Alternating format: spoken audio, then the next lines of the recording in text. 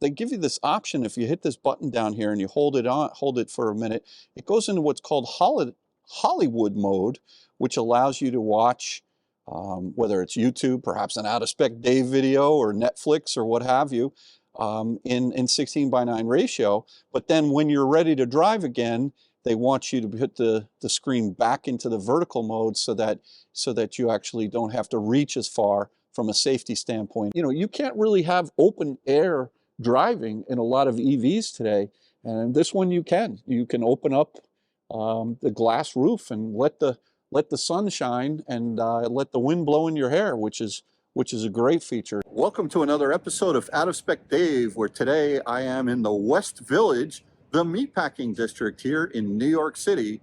And I'm just walking down the street here on 14th Street, and what do I find? Fisker! And I'm gonna go in and check out the Ocean for the first time.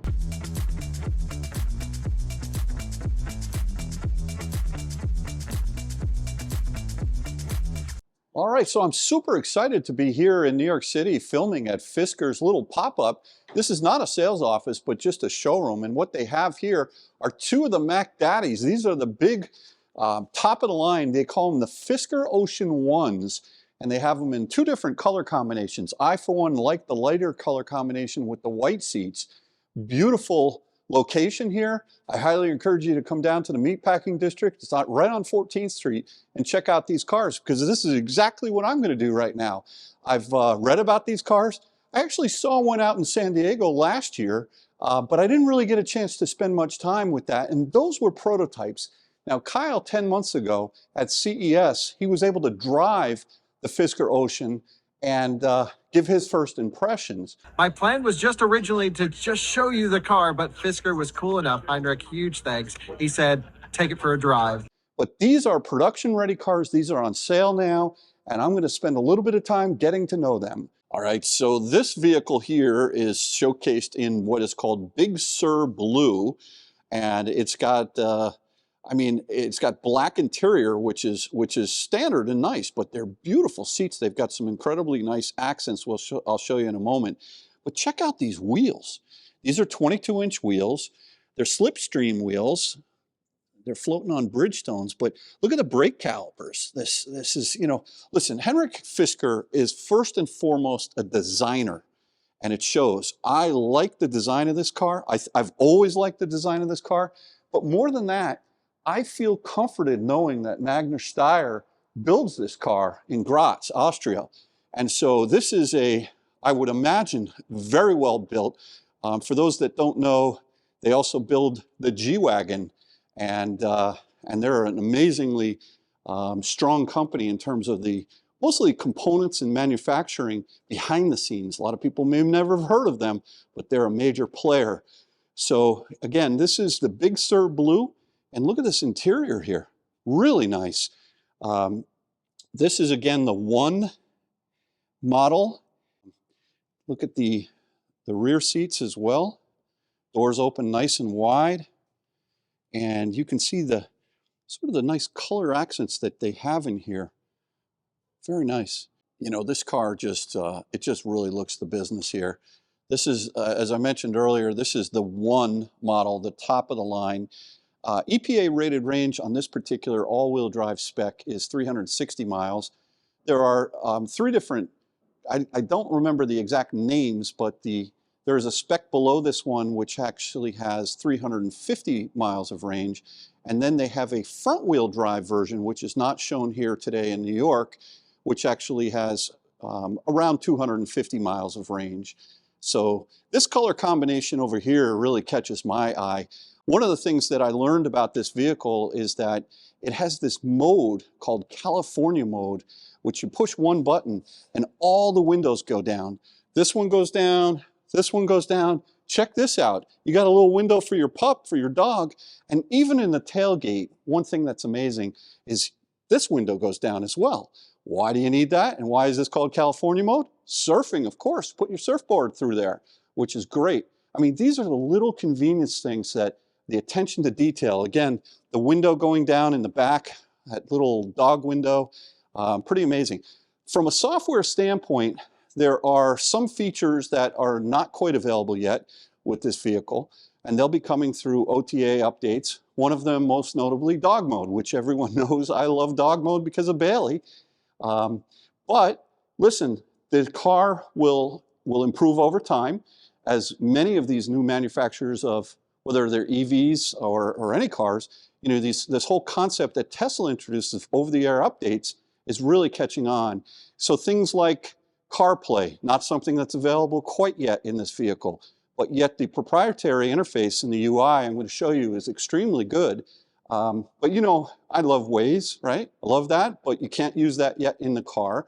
The other thing is there's no lane changing, but there is adaptive cruise control and also lane centering on this vehicle. So yeah, just a beautiful looking car. A couple of other things before we go inside. They have the auto presenting door handles, very similar to the Model S. The other thing is, one of the great things is on August 15th of this year, Fisker announced a JV, or they're going to be supporting NACS. So I guess I'm not sure if they're going to be putting native NACS in 2024 or 2025, but most likely they'll have an adapter that will allow a buyer of this vehicle to not only charge at any CCS location, but also any Tesla supercharger as well. Look, the range is very impressive. I'm not really sure what the charging curve looks like. We haven't gotten a chance to test one of these yet. When you look at the space, the interior space, of course the rear seats fold down. There's no 7-seat option in this vehicle, which I think is realistic. You've got decent amount of space underneath here for, you know, for a charging cable or what have you. There is no frunk in this car. Quite honestly, do you really use a frunk all that often? Well, they don't give you one here. You've got some accessory ports here, including an AC, a 120, so you can plug in anything you want over there. I think that's a nice touch, and really liking all the space that you have here. This is not what I would consider to be a large SUV. I would consider this to be almost like similar size to an ID.4. I'm getting the ID.4 vibes here a little bit. And, you know, but what a good looking car. I love this color combination here. So since this frunk is sealed, what do you do in order to put your windshield washer fluid? And I think this is a much more elegant design than what Mercedes did. They just have a little hidden compartment right there. All right, so here I am inside the cabin, and I must tell you that the materials that they've used here, the material choices are really quite nice, very upscale. This feels like leather down here, although it's not. This feels like suede, although it's not, but it's a great color combination. And even on the dashboard over in here, they've got nice like suede-like material. Whether they call that Alcantara or not, I don't really know. You know, listen, I'm 6'5". I've got decent amount of headroom here. All right, so as I look at the layout of this vehicle, I mean, it's got conventional window switches, mirror directionals and controls. It's got the ability to put on your headlights and your fogs down there. Very much a conventional feeling to this car. The steering wheel is quite thick, which I like. It's squared off at the bottom, which is a nice touch for big guys like me trying to get in and out. You've got a screen right in front of the steering wheel, unlike on the Model Ys and 3s.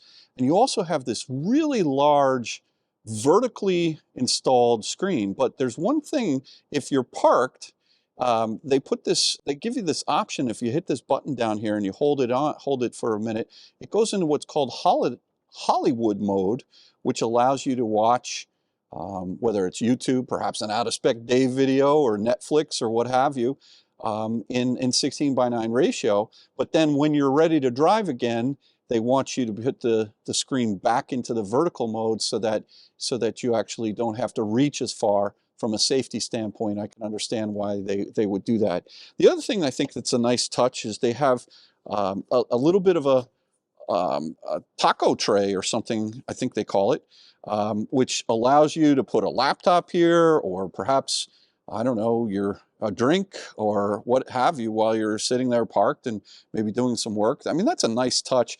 I like what they did with the Ford F-150 as well, where they have you know, this whole device folds over and flaps, but this works really well. There's also another pull-out tray for the passenger as well. So, you know, up top you've got decent sight lines, I would say, from a visibility standpoint. This feels very, very nice in terms of visibility, and again, the headroom is not bad. Conventional overhead with all your displays and your controls, LED lighting throughout, USB-C throughout. You've got two cup holders down here, two wireless charging ports down here, and you've got heated seats in the front and in the rear, as well as a heated steering wheel. No perforated seats in this vehicle, so no air-conditioned seats or air-cooled seats, but that's okay. So let's go ahead and take a look at this navigation system. There is en route battery preconditioning, and there also is with navigation, it'll tell you where to stop. I'd be really curious to get one of these out on the road. As a matter of fact, I'm going to put in a request to try and do an extended test drive to test out not only the charging capabilities of this car in terms of if I can find a good CCS, perhaps a 350. I hear these cars charge pretty fast, but I also want to be able to see how the en route planning is laid out in here. Again, no Apple CarPlay, and this is not Google Maps. You've got integrated apps, whether or not you want to connect up to your Spotify, or if you want to throw an XM Sirius app on there, you can do that.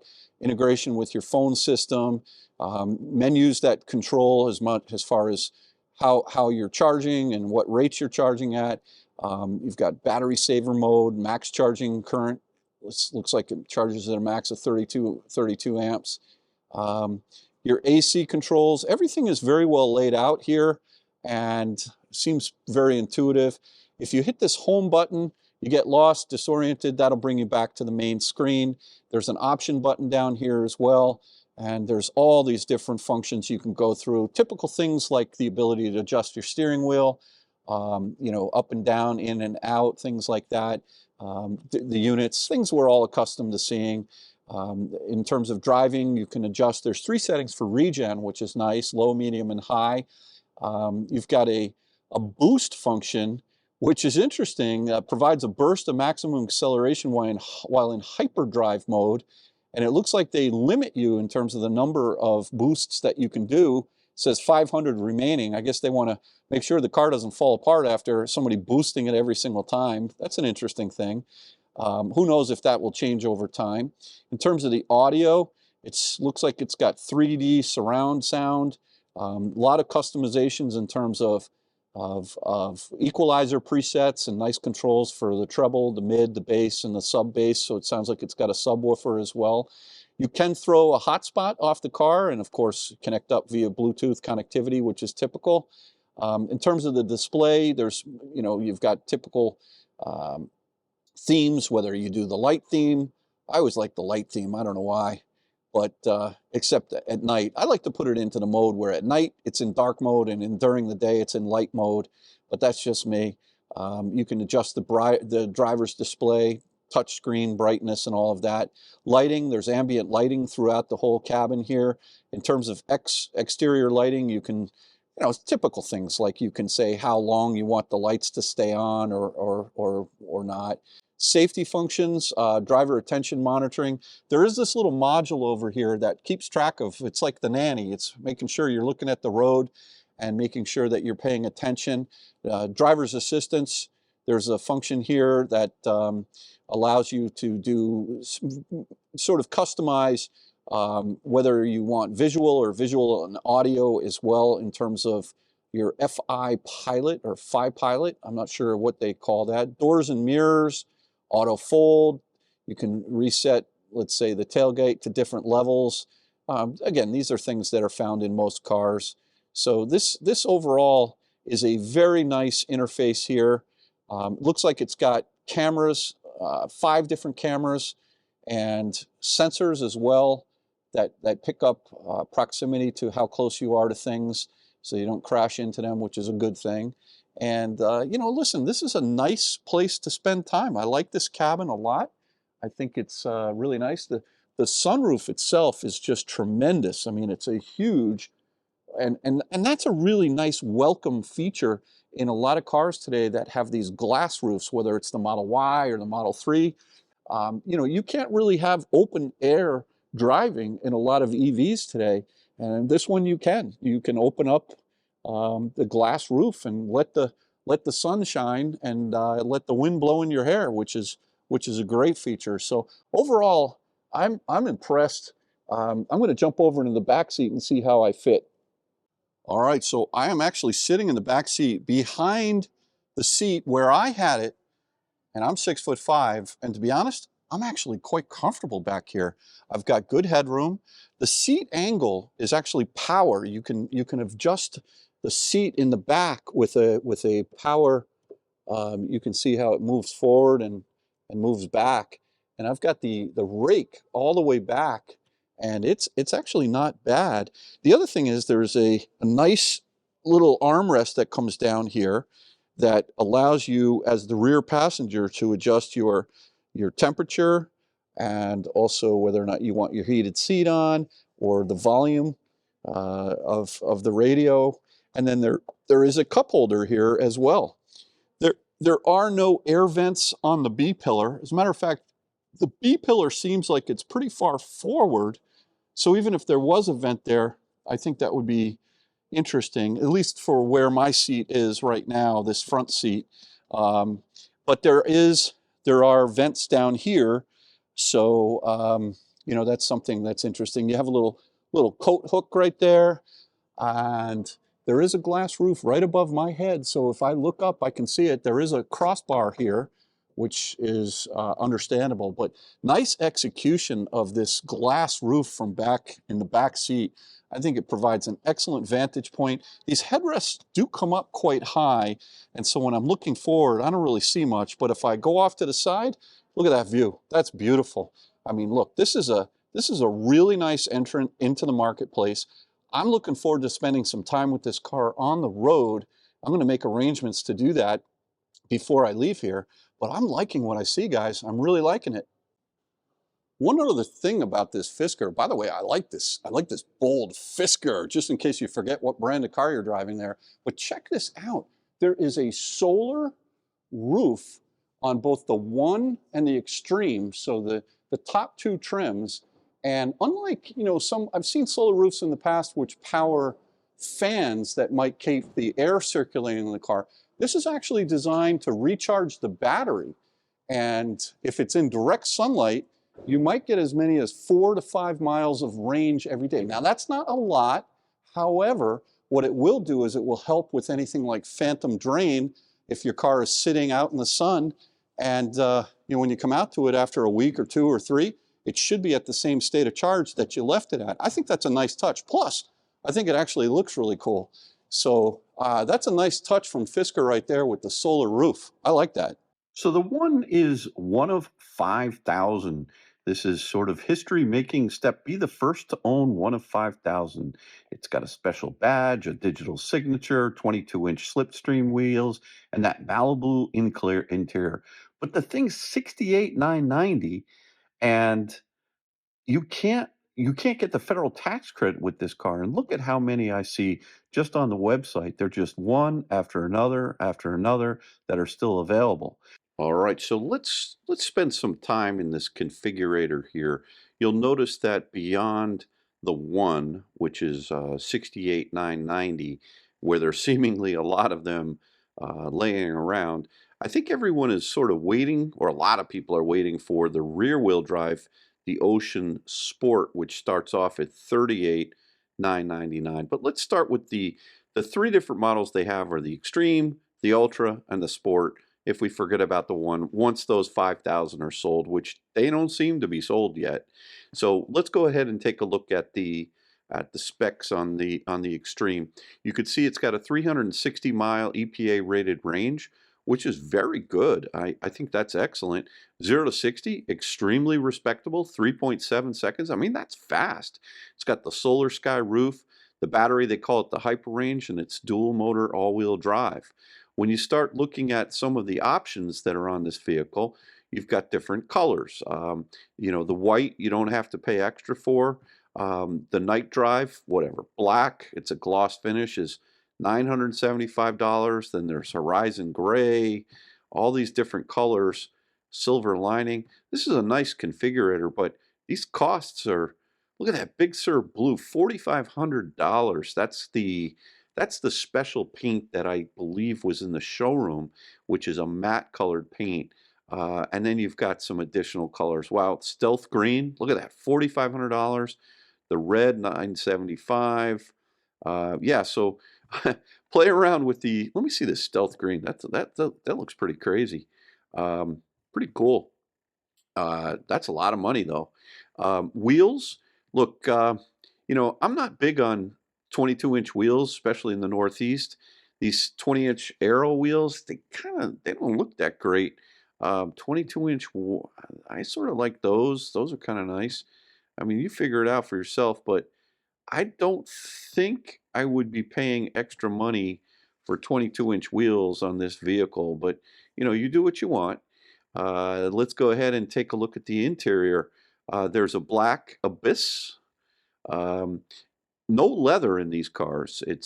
These are all, I guess, vegan of some sort, but they really are nice materials from everything that I saw.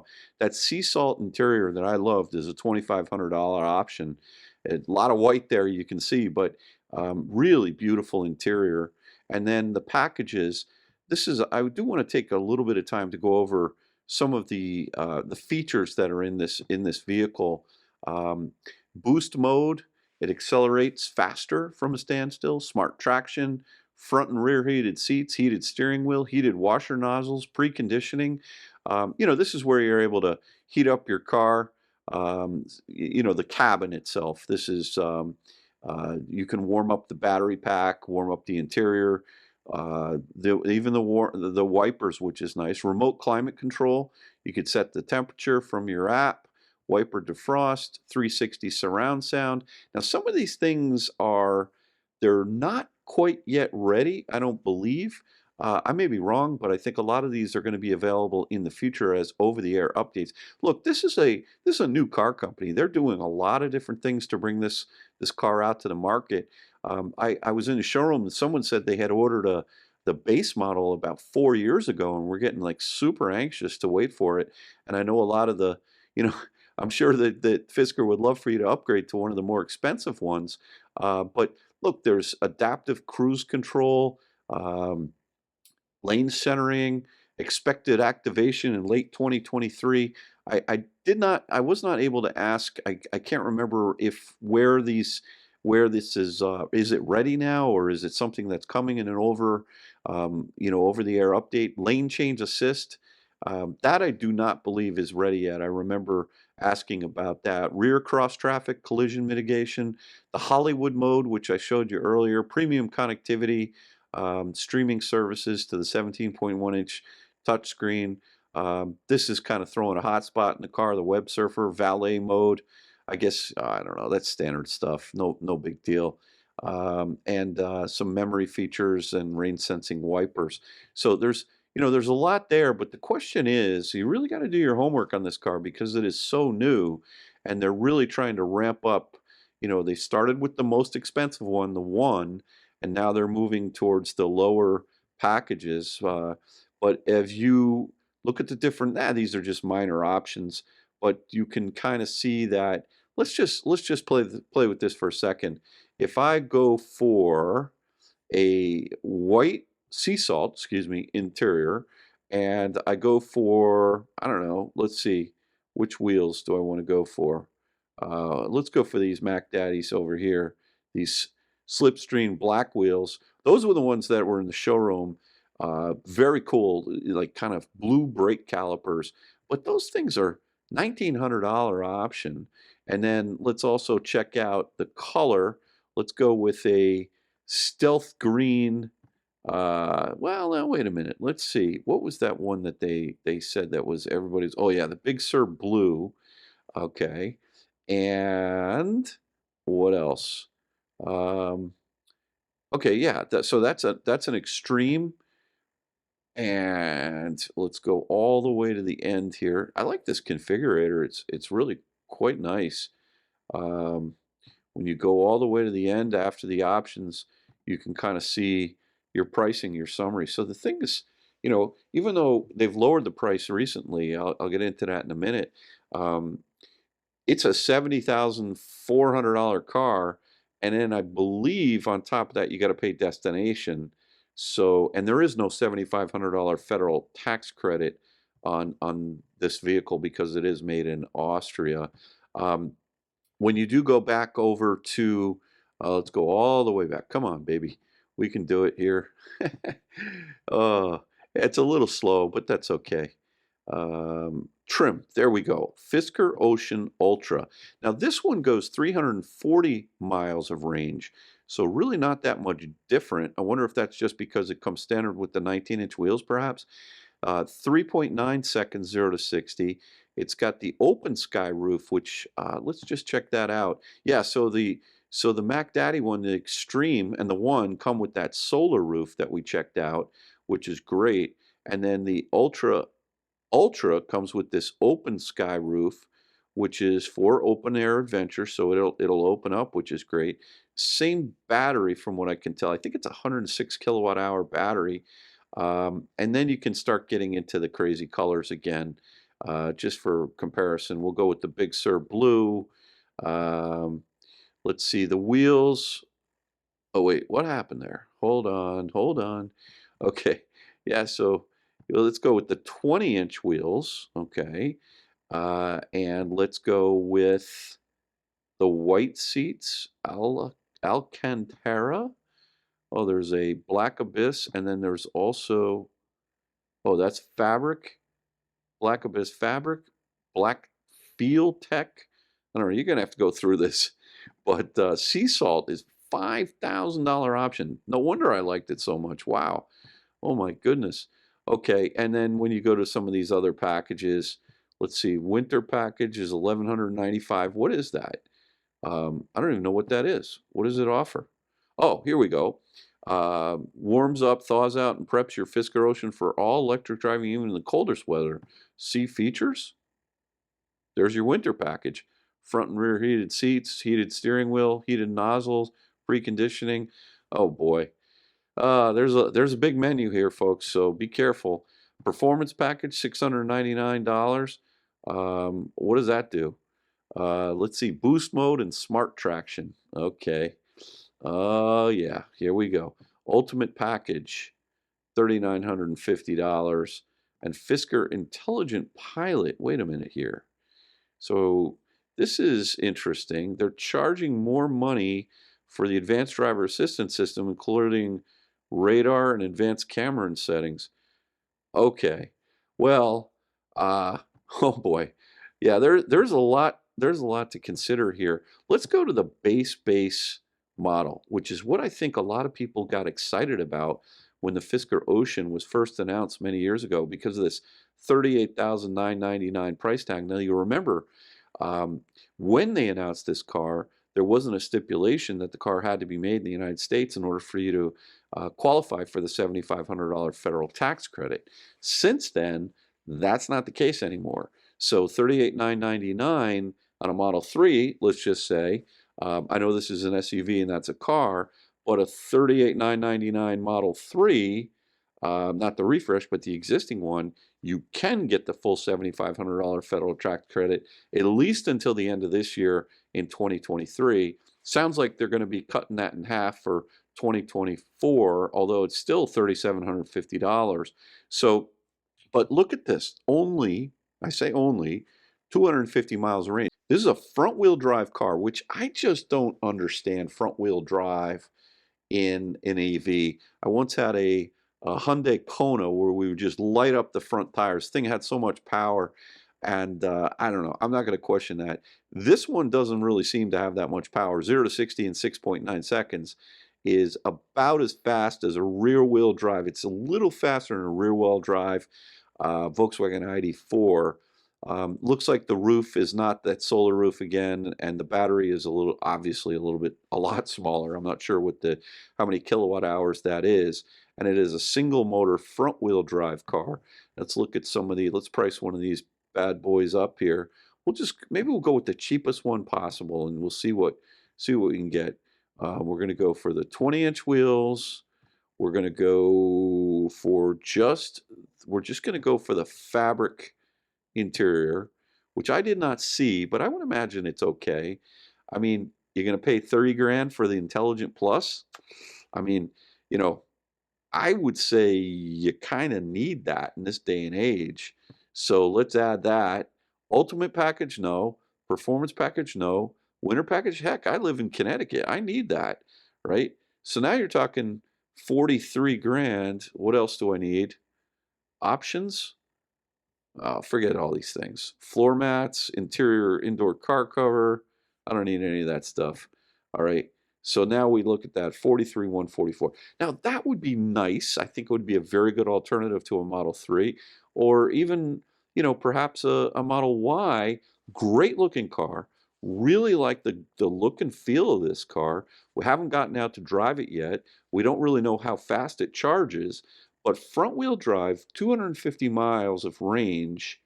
And I mean, the LFP, let's think about this. The LFP Model 3 is 272 miles of range, I believe. Look, you know, there's there's a lot of competition out there.